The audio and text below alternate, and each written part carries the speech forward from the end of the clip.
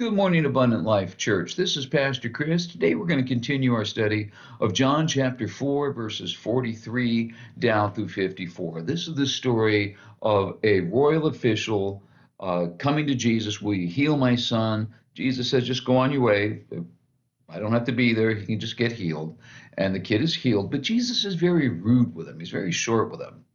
So why did Jesus give all this attitude to a desperate father who was only trying to get someone to possibly save his son?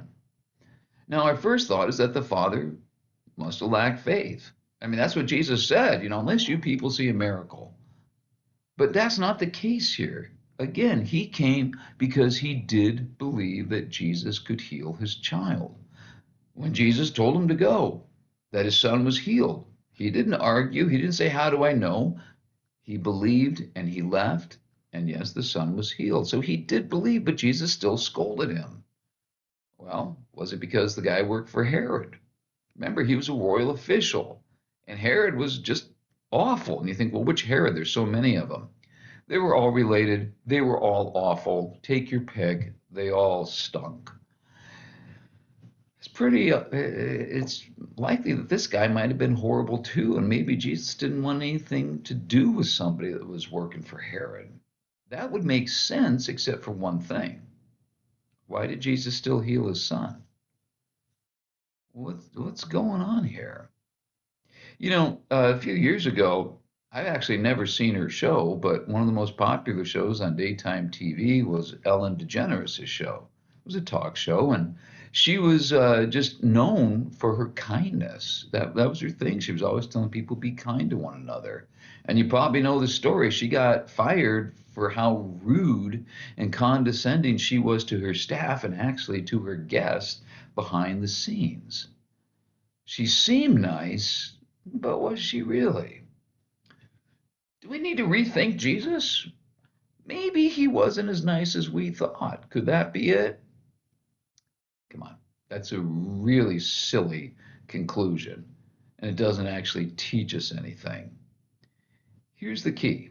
By treating this man this way, he was indeed teaching something. Jesus was always teaching with his emotions, with his parables, with everything, every opportunity, every chance, everybody's situation. Jesus used as an opportunity to teach something. So this rudeness here is teaching us something. We just have to figure out what it is. So there has to be something more, some bigger issue here that was going on. So what was it? Now, it seems obvious that the man did indeed have faith, like we said, or he wouldn't have come. But here's our real question. Where did he get that faith? Why did he think Jesus could do a miracle like this? Now, he was right. But the question is, how did he get there? Well, look at verse 54 now. This was the second sign Jesus performed after coming from Judea to Galilee. And if you look all the way back up at verse 46, once more he visited Cana in Galilee, where he had turned the water into wine. Jesus' first miracle was in this little city there in Cana. This miracle is also in Cana.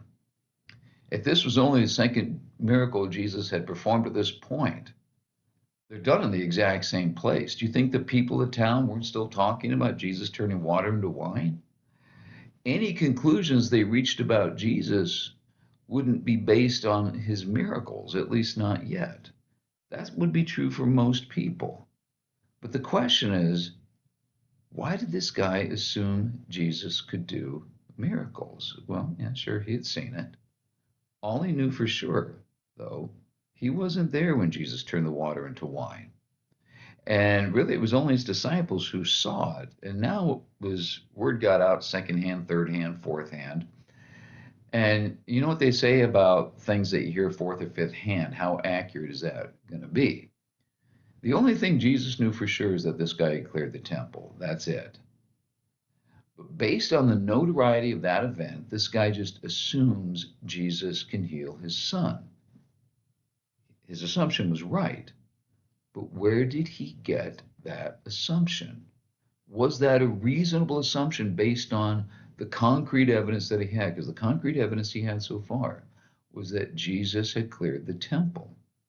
When the Beatles were just a phenomenon back in like 1964, 65, when they first hit the scene and became wildly popular. They were so popular, as a matter of fact, that oftentimes people would bring crippled children and line them up to where the Beatles were going to be. They'd be in their wheelchairs and everything. And the Beatles realized they think we can do something for them. We can't, we're musicians. And it was kind of sad that people would think, oh, these guys can somehow heal them. It almost sounds like this guy was doing the same thing. In other words, he was putting his own expectations and his own agenda on who Jesus was supposed to be. And I think what Jesus was saying here is, yes, I can heal your son, but you need to see me as more than that. You need to understand why I can heal your son and where that power comes from. If you remember back to high school math, in most math classes, you had to provide your work. In other words, you couldn't just take a wild guess. If you take a wild guess and get the answer right, you haven't learned anything. You miss the point of trying to learn. And the teacher wants to see the process. They want to see the work that you took to arrive at your answer. Now, this guy was right in his assumptions about Jesus, but it's important to know why he's right. Was it an accidental answer? Well, a better way would have been to actually listen to Jesus and learn. There are other assumptions about who Jesus was. Lots. We have lots of assumptions about who Jesus is, and it's really based on our personal expectations, not on what Jesus teaches us. Jesus is there to make me happy. Jesus is there to answer all my prayer requests. And again, the problem with those is those are your assumptions. They're not God's ideas. Assumptions come from not listening. And when we don't, we miss, excuse me, what Jesus was trying to teach us. The bottom line is we need to stop telling God who he is and what he does, and we need to start listening. We'll talk more about this next time. Till then, have a great day.